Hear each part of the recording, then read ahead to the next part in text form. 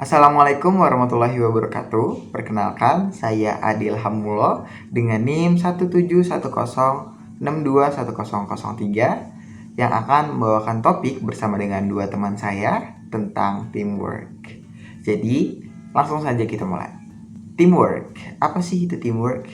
Teamwork atau kerja sama tim yaitu keahlian untuk dapat bekerja sama di dalam sebuah tim maupun perusahaan guna untuk mengembangkan soft skill yang dimiliki oleh tiap-tiap karyawan yang ada pada sebuah perusahaan untuk mencapai tujuan dalam sebuah perusahaan.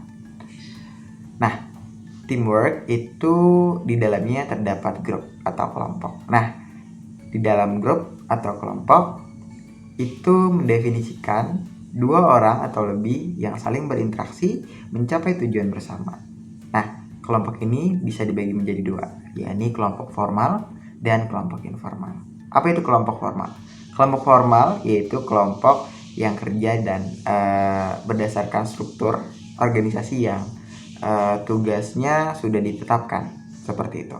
Nah, kalau kelompok informal itu kelompok yang terjadi secara alami, seperti kelompok bermain atau kelompok belajar, persahabatan yang tugasnya itu belum ditetapkan, seperti itu.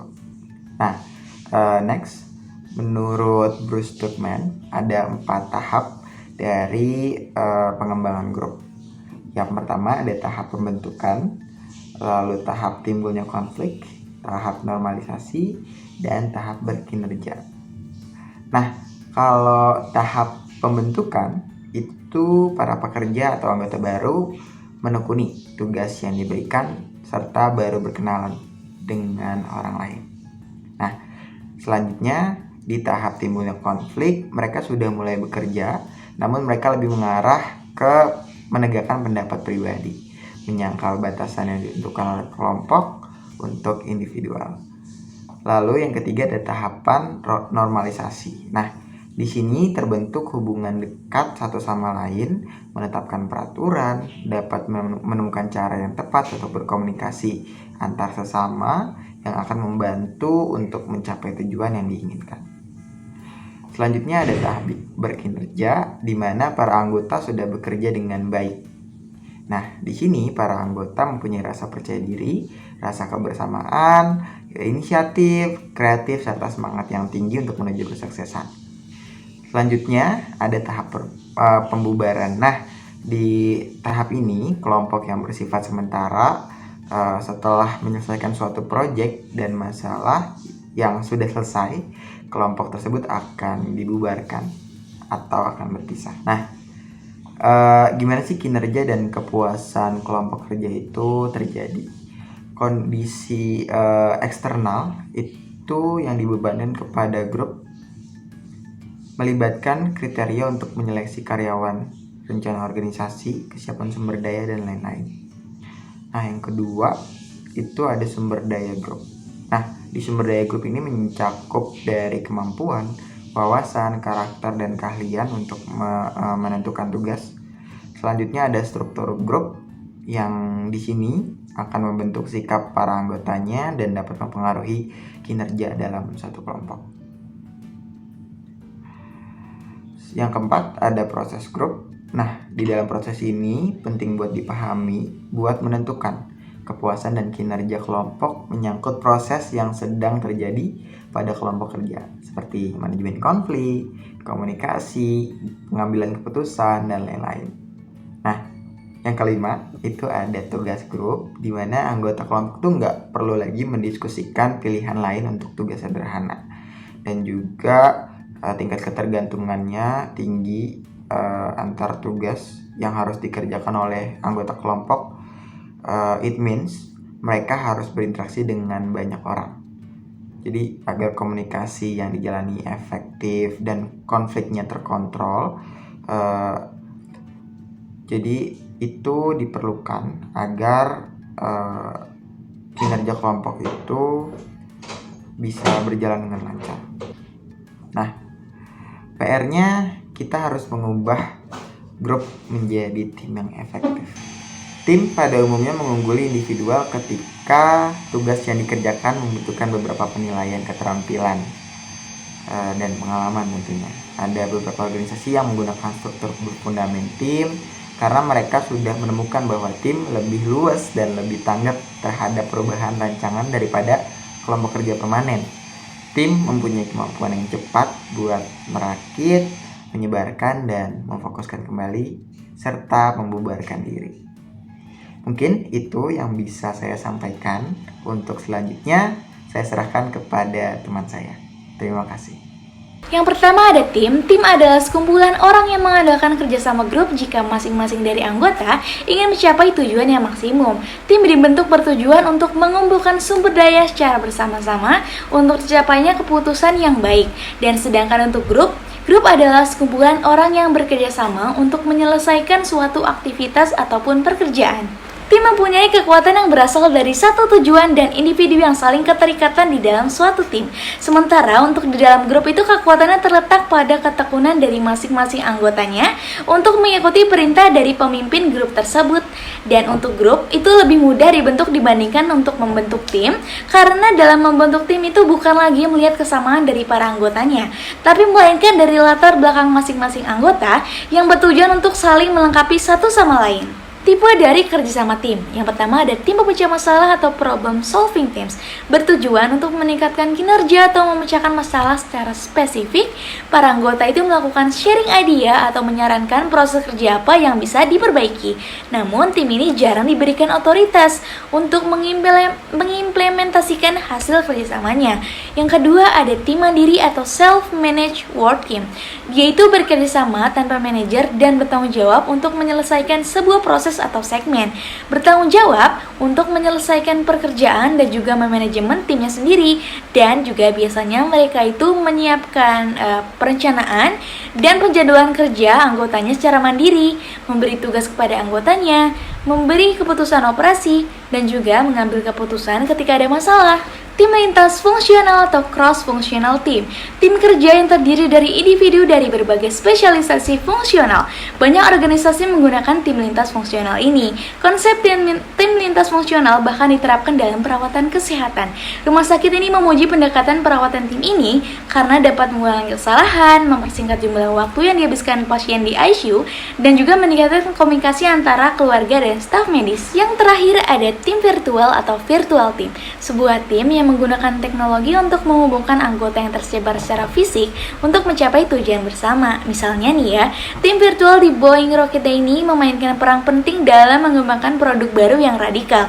Perusahaan lain seperti Automatic memperkerjakan 450 orang yang didistribusikan di 45 negara, dan tugas mereka adalah untuk mendukung lebih dari 25% situs web di internet. Perusahaan virtual ini tidak punya kantor fisik ya.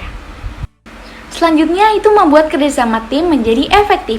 Tim tidak selamanya efektif. Tim efektif ini memiliki pemahaman yang jelas tentang tujuan yang ingin dicapai. Anggota berkomitmen untuk tujuan tim, tahu apa yang mereka harapkan, dan untuk mencapai dan memahami bagaimana mereka akan bekerjasama untuk mencapai tujuan ini.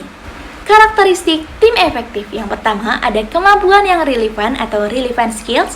Tim yang efektif terdiri dari individu yang kompeten, yang memiliki keterampilan teknis dan interpersonal yang diperlukan untuk mencapai tujuan yang diinginkan dengan bekerjasama. Yang kedua ada saling percaya atau mutual trust. Tim yang efektif ditandai dengan rasa saling percaya yang tinggi di antara anggotanya. Artinya, anggota itu percaya satu sama lain pada kemampuan, karakter, dan integritas masing-masing. Yang ketiga ada komitmen terpadu atau unified commitment.